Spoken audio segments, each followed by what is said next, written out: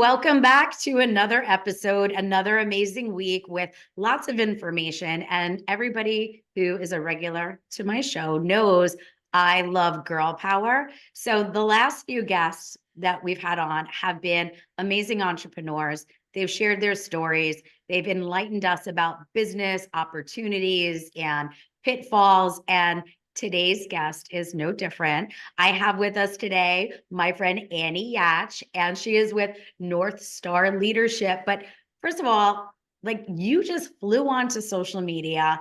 You have been on fire. So before we even get started, introduce yourself so people know how awesome you are.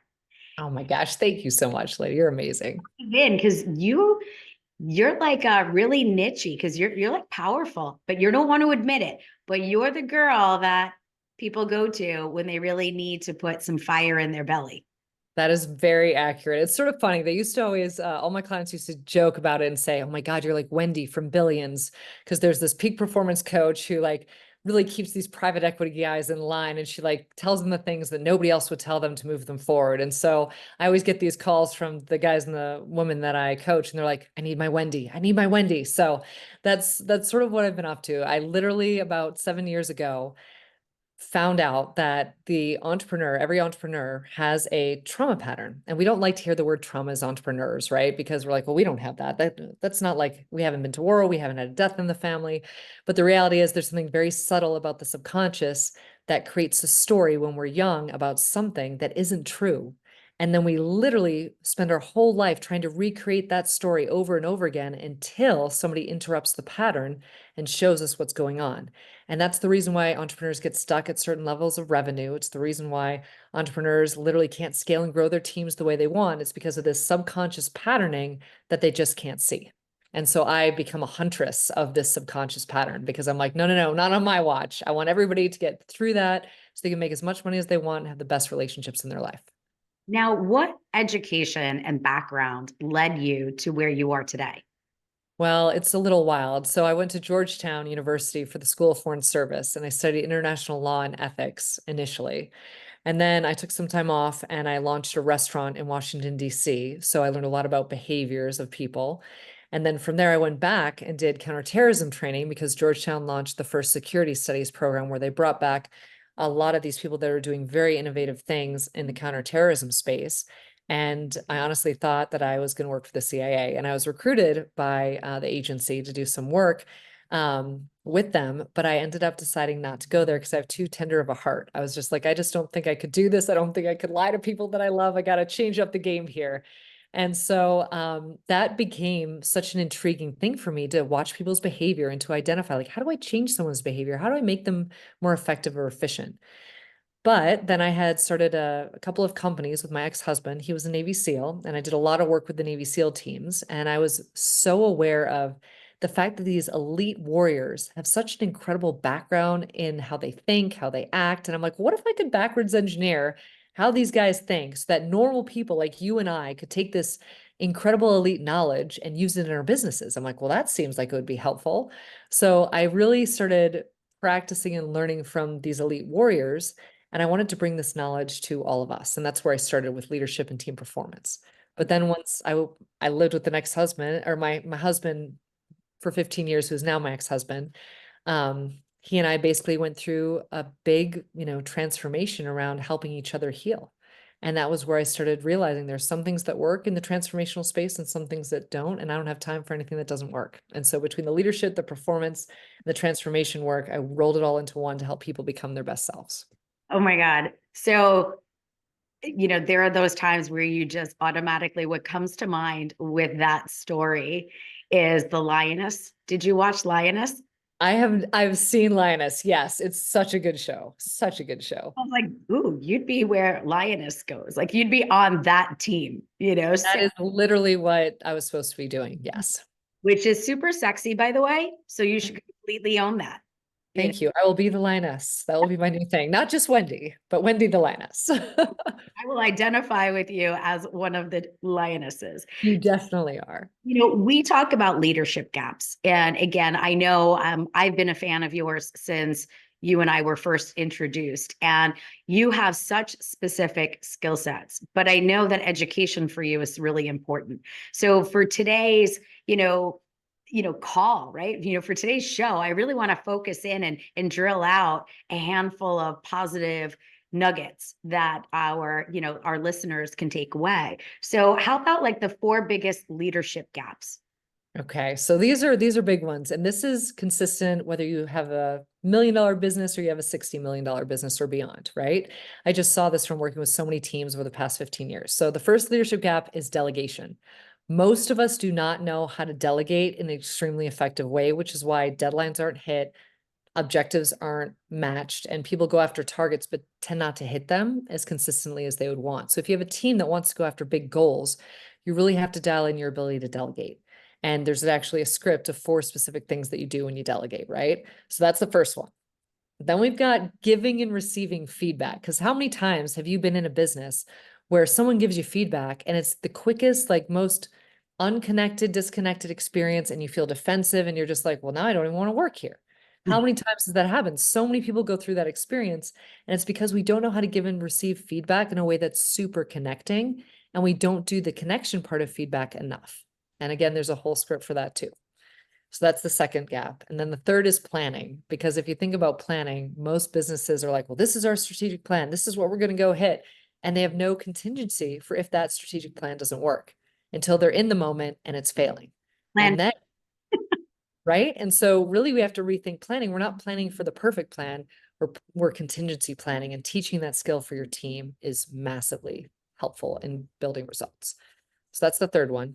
And then the fourth one is identifying the trauma pattern within the team, because every entrepreneur and every team of the entrepreneur has a pattern that holds them back from taking effective action.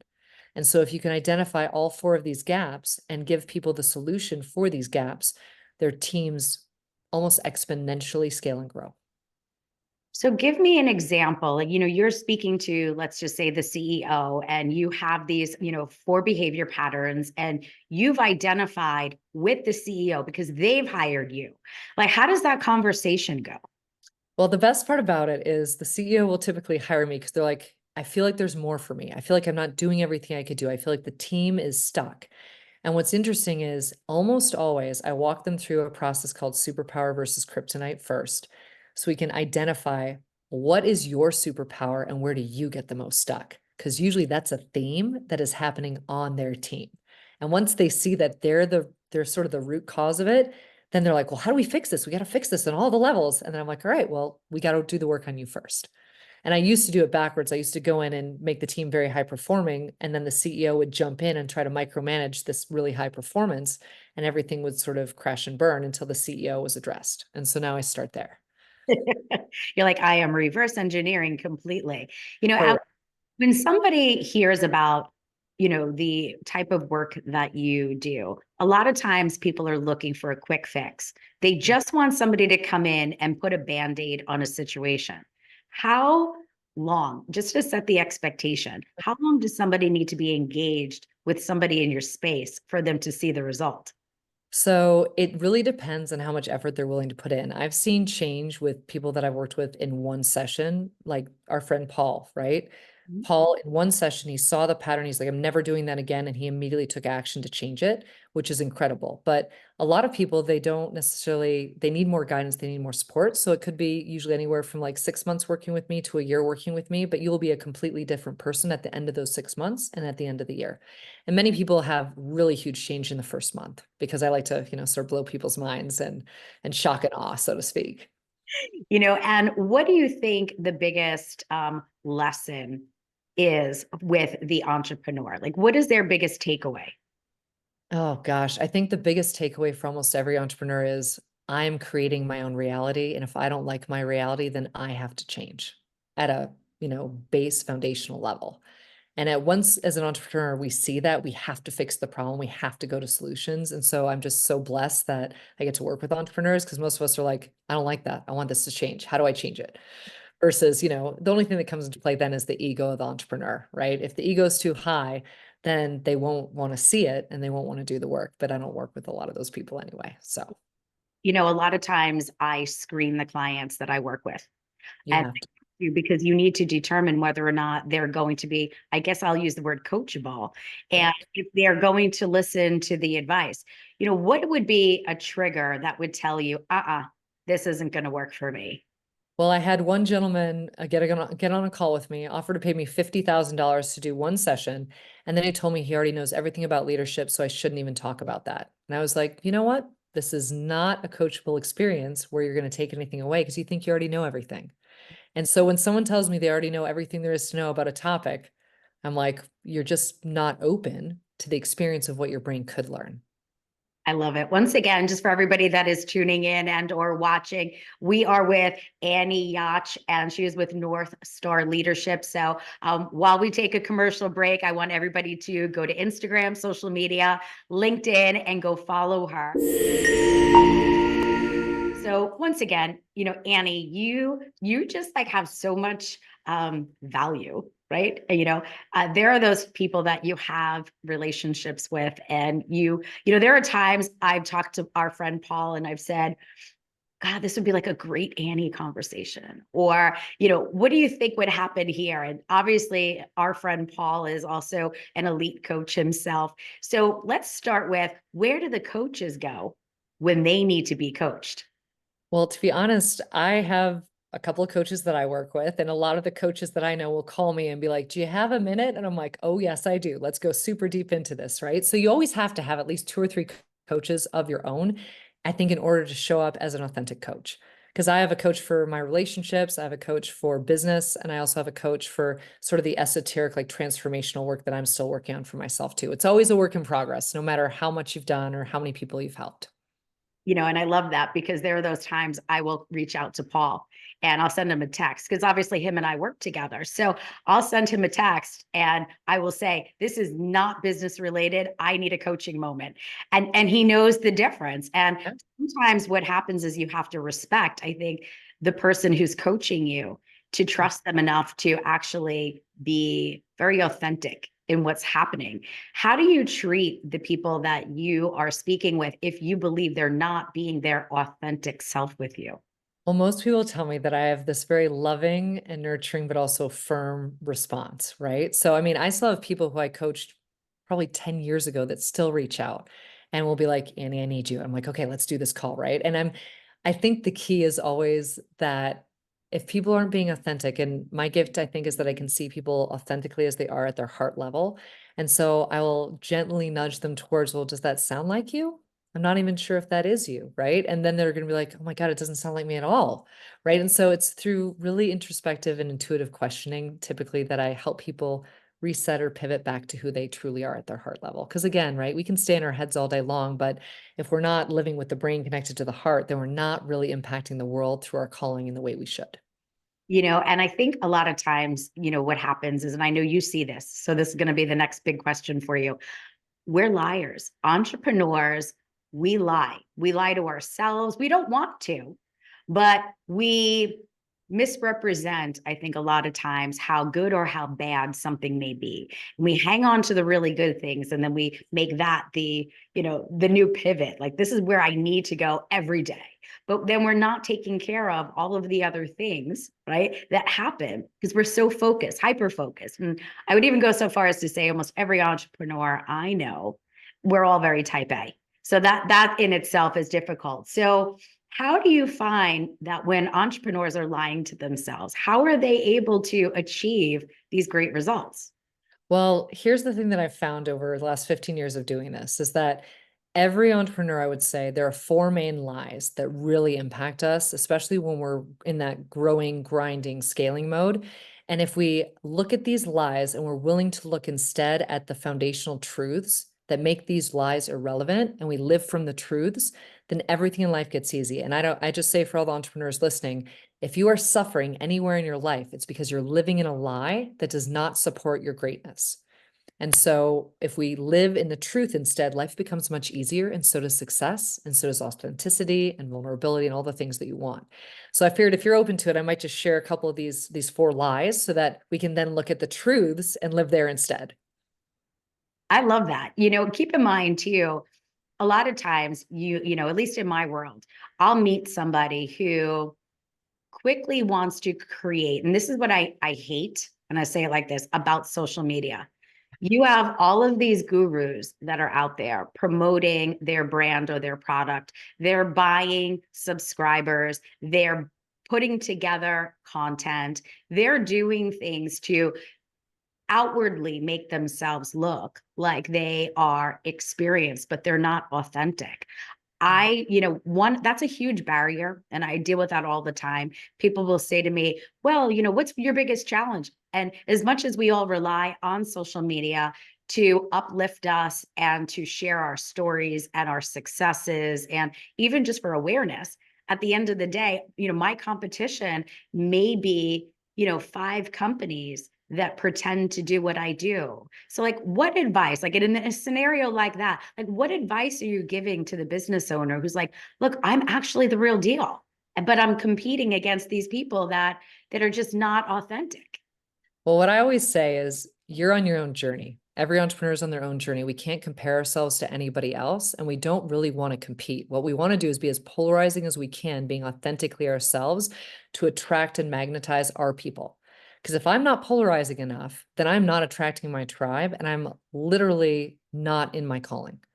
So, I think the biggest problem I have too, just like you said, right? If you're truly out there supporting people, you're not the guru. You're not. They are the guru of their own life, and you are literally just there to uplift them.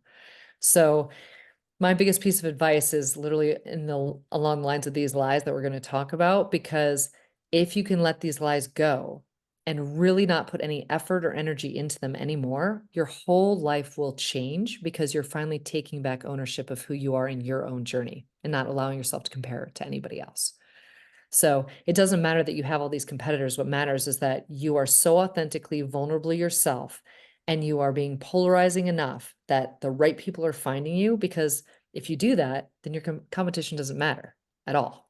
Yeah, you're not wrong. You're definitely not wrong. And I think what happens too is that so many of the business owners, at least that I speak to, everybody has a different story, and when I speak to clients that come to me, they want to tell me everything that's great. And the way I start every one of my discovery calls is I don't want to hear about how great you are. I need to know about all your problems so that we can build the solution together.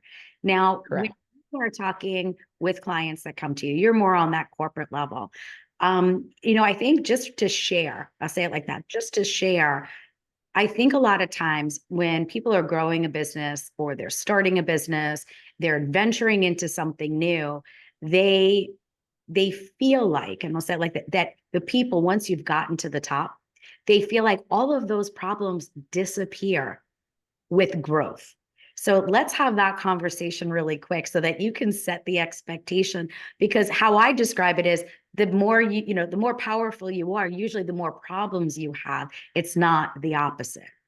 That is exactly right. And usually that happens because a person has gotten to be very successful because they have a trauma pattern that allows them to disconnect from many things in their life to be fully focused on one thing. But the issue then becomes when you get to some level of success, you can't get into a deeper level of committed relationship, or you're not connected to your kids, you're not connected to your spouse. And then literally you're like, what did I do this all for?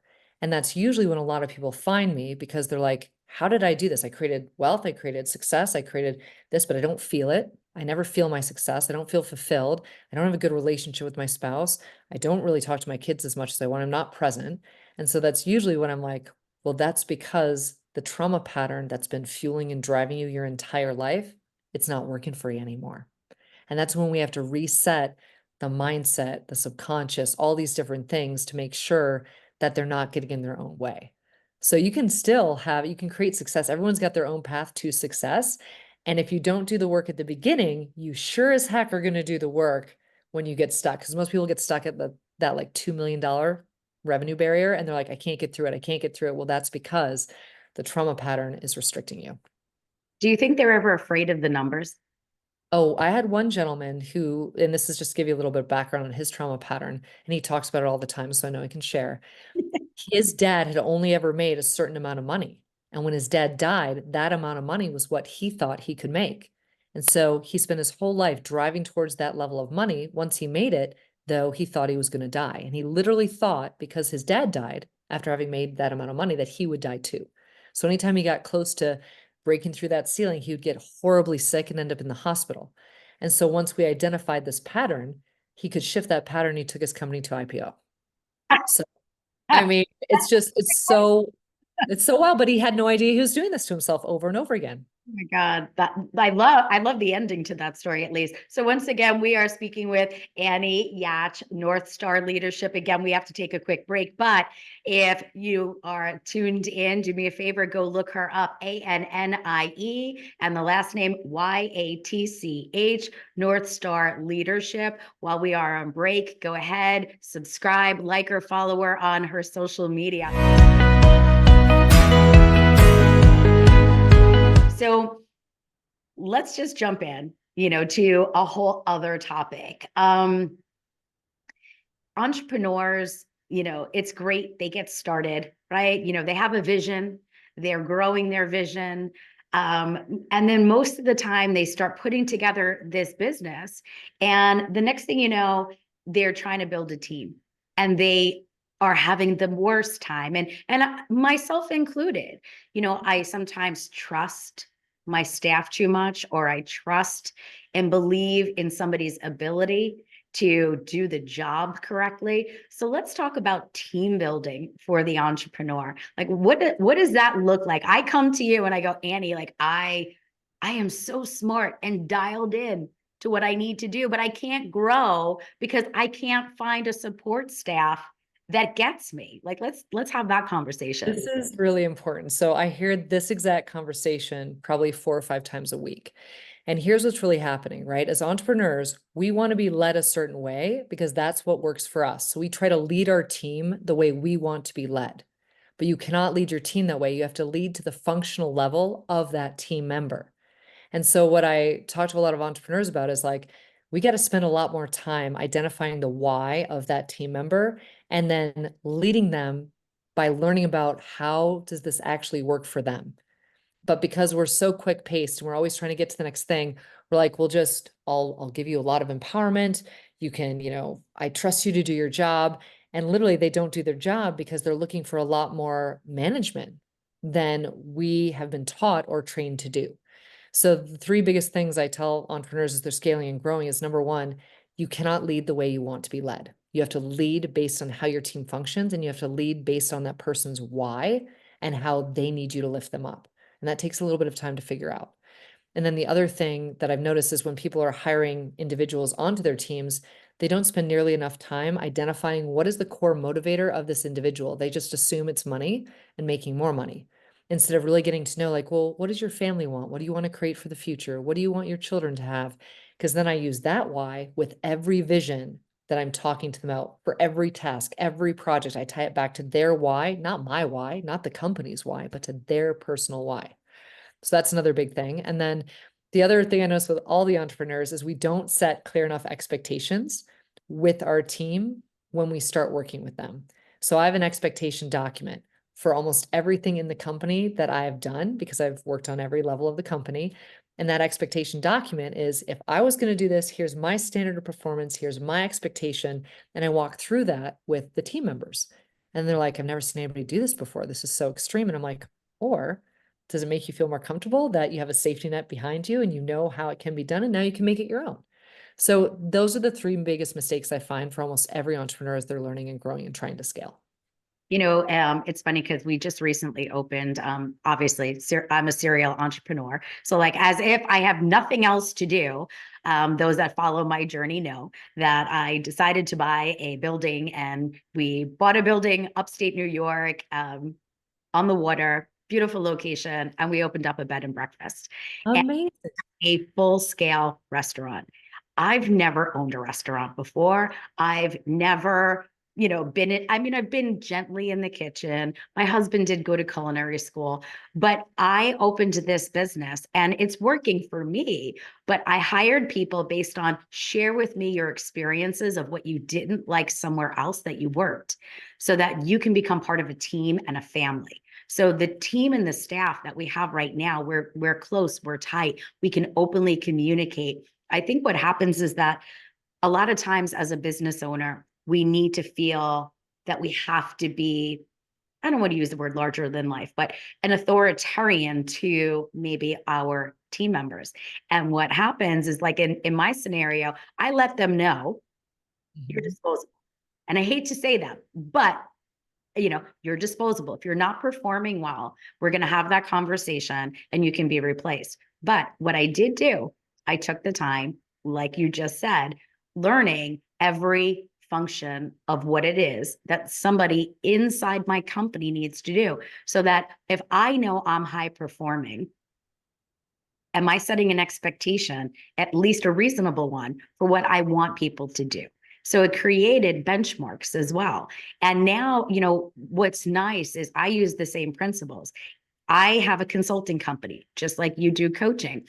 And when we're talking about leadership,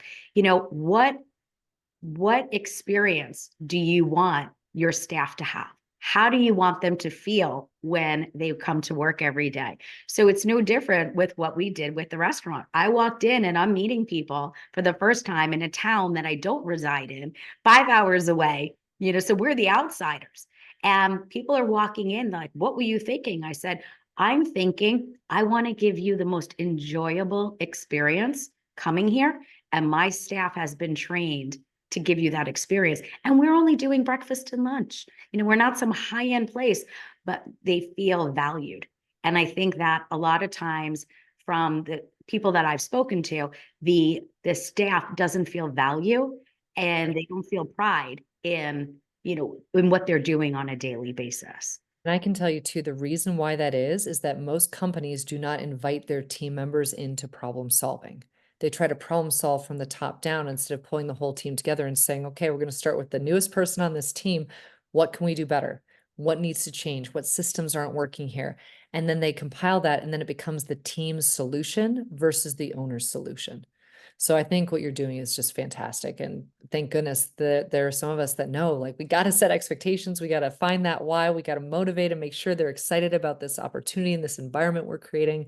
But the biggest thing is invite the team members into problem solving with you and for you, really. We're having a great run of it and it's fun. And I tell people, whether it's no matter which hat I'm wearing, if you go in wearing that hat, knowing that you're going in and you're going to be happy about it, in life, we get to make a lot of choices. So I choose, and I do this with my clients, I choose to spend time doing things that I enjoy. And if I could enjoy what I'm doing, then it's just a bonus for everybody. Exactly. You know, And they'll feel the energy coming off of you, right? That you're in enjoyment of it, you're loving it. And that energy is what they want to feel too, right? So I think energetically, that's the biggest thing I wish more entrepreneurs were focused on. Like, if I can make sure that I walk into situations in an amazing energetic space, then everyone else can feed off that great energy. and you're like, oh my God. Now when we're building a team, what advice do you give to maybe the entrepreneur that's looking to recruit and hire?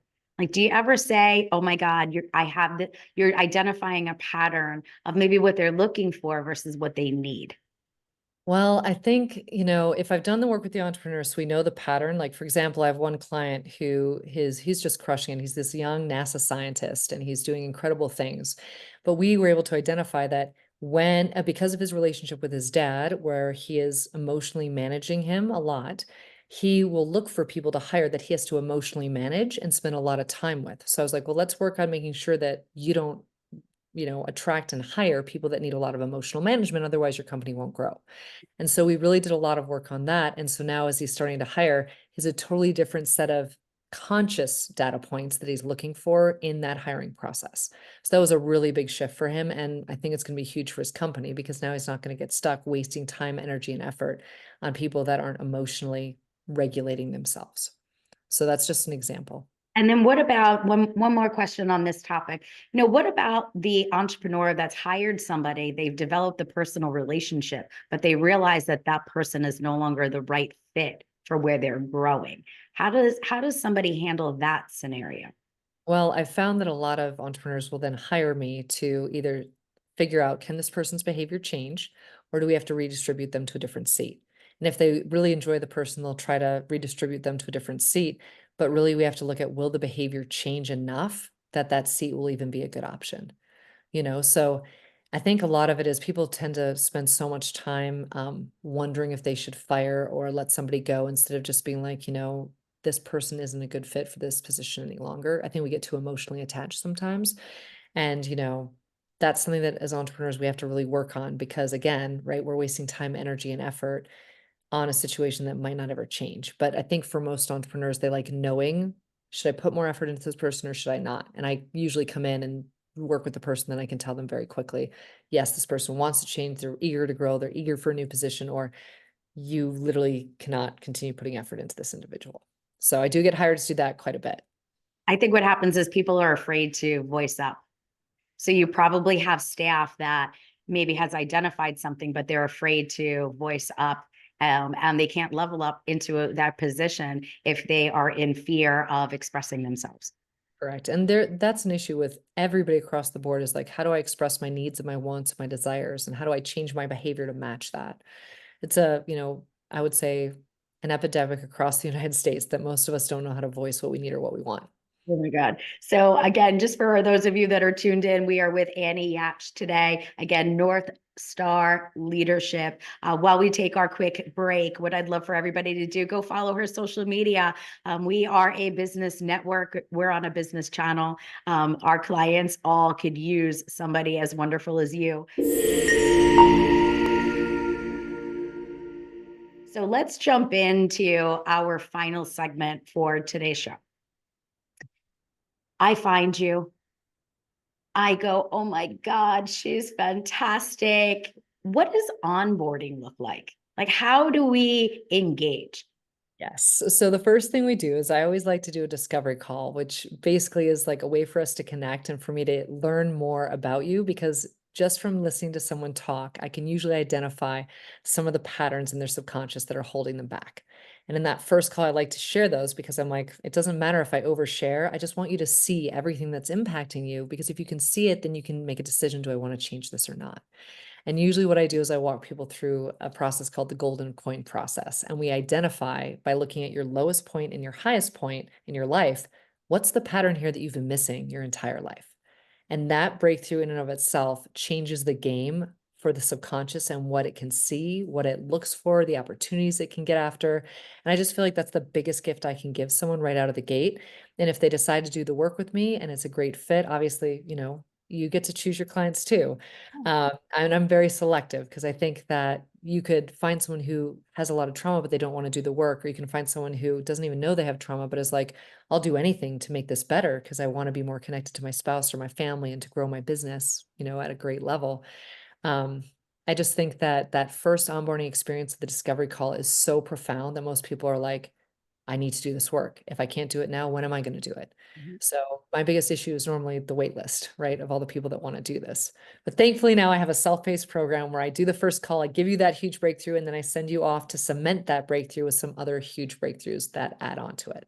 I love that. A lot of it, and we've talked about this, has been mindset. Yes. So mindset shifts are huge. We have the ones that you do, but before I want to dive into some of the tips that you may offer, we get a lot of people. And again, we refer to mindset. Mindset is a popular word that we hear. And we have a lot of people that are out there. I hate to say this, but they're writing the books, writing a book about mindset, reading this about mindset. Do you think a mindset shift can happen by reading a book or plugging into somebody's social media? Like for those people that say, Annie, you're fantastic. I can't afford you. I'm not ready for you, but I want to take a small step at a time. Like where do you start with that client? So that client, I start in three different ways. So, because there are a lot of people that, might not be able to afford me. So what I do is I'm like, okay, the first couple of things, if you're specifically a woman, I have you read two books. It's Not Your Money by Tasha Silver, which is a book that resets the paradigm in your subconscious around how you can bring more wealth and money and abundance into your world. So that's the first step. The second step is Tasha Silver's other book, which is called Change Me Prayers. And I use these two books because these two books took me from, I think, bringing in about 30,000 a month to driving to 185,000 a month in one company. And I had 3 companies at the time. And I was like, well, if 2 books can get me to shift this dramatically, probably would be helpful as an asset. So we do those 2 books, and then I introduce them to a company called Biotech, which actually calms their nervous system. Because one of the things about entrepreneurs that most of us don't know is that a lot of entrepreneurs live in fight or flight because of the subconscious patterning from a trauma in their childhood. And so if we can calm the nervous system, then all of a sudden they start seeing possibilities in ways they never saw them before. One gentleman, I think, saved himself 700,000 in one of the deals he was putting together that he would have missed if his nervous system hadn't been calm. He's like, I never could have seen this before. So those 3 things, we calm the nervous system, which calms the neurochemistry and produces more serotonin, more oxytocin, all the feel-good chemicals. And then we give them those 2 books if you're a female, and it's amazing to watch the change. I had one lady go through this process last month, and in 2 sessions, she's like, my life feels completely different. I'm like, well, that's the point. So, and then for men, it's a little bit different, right? Because for men, I always suggest the David Data book, Way of the Superior Man, because most of the men that come to me are very hungry entrepreneurs between the ages of 30 and 45, and they have young families, and they're feeling a bit of a disconnect with their spouse because all they want to do is go off and like create impact and build it and scale and grow their company. But the spouse is like, why can't you be home? Why can't you be more present? We've got young kids. You're missing out on the most important phase. And these men feel like they can't win, whether they're trying to go after business or trying to go after the home life. They just don't feel like their leadership is taking them to the level that they want. And so they start reading David Data, we calm their nervous system, and usually I do that big breakthrough session with them so that they can immediately see how they're stifling their own calling and their own impact by the subconscious patterning. So To think about it. I think everybody's always excited. They always want to meet somebody that offers the skill sets that you have. And they're like, fix me, yeah. right? Like, fix me, and I think that fulfillment is huge for every entrepreneur. If somebody reaches out to you and they're saying, hey, I've now hit my peak performance.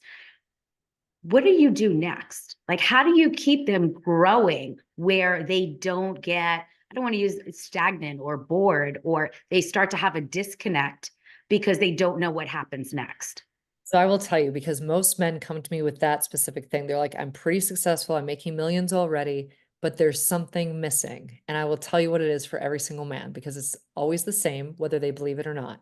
It's that they're very good intellectually going after all their goals, all the things, but they haven't synced up their head to their heart. And that like 12 inches from the head to the heart for a man is the difference between how they feel when they do business. So most men don't feel successful, even though they're making millions and millions of dollars. I've even worked with billionaires who get caught in their own stuff.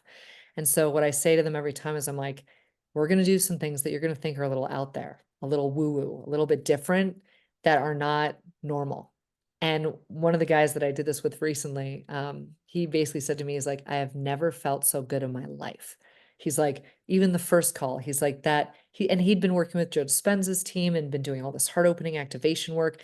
He just couldn't do it. And then we did a session, and all of a sudden his head's sinking up to his heart. And he's like, Annie, I feel like I'm having conversations now and building partnerships I never could have built before. And so that's the point, right? Like, we have to get out of this concept that success is a goal or an objective. It's not, it is a feeling. And so if we can work more of that feeling piece in, every man and every woman can experience more greatness in their own life. So that's what I get really excited about. I just love watching the change in people. It's my favorite thing. Like, this is fantastic. And, again, when we're talking about these small little mindset changes and hiring and firing and growing and leadership, for the sake of time, if you had to give 1 or 2 pieces of advice to the listeners today, where would you leave that off? So I would probably start with redefining success, right? Because I would say everyone has their thought or their definition of success, but if you're willing to consider a new definition, this is what I would leave you with.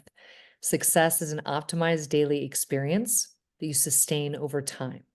And so you have to look at your day and say, how do I optimize my day so I feel good throughout the entire day? And if I do that, I feel successful at every moment. And that's what I work to do. I work to backwards engineer what's the ideal day for most of my clients, because that gives you success in a totally different way and you feel more connected and then you magnetize more to you. So that's the first piece. The second piece I would tell almost every entrepreneur, you need to cultivate the relationship with your younger self.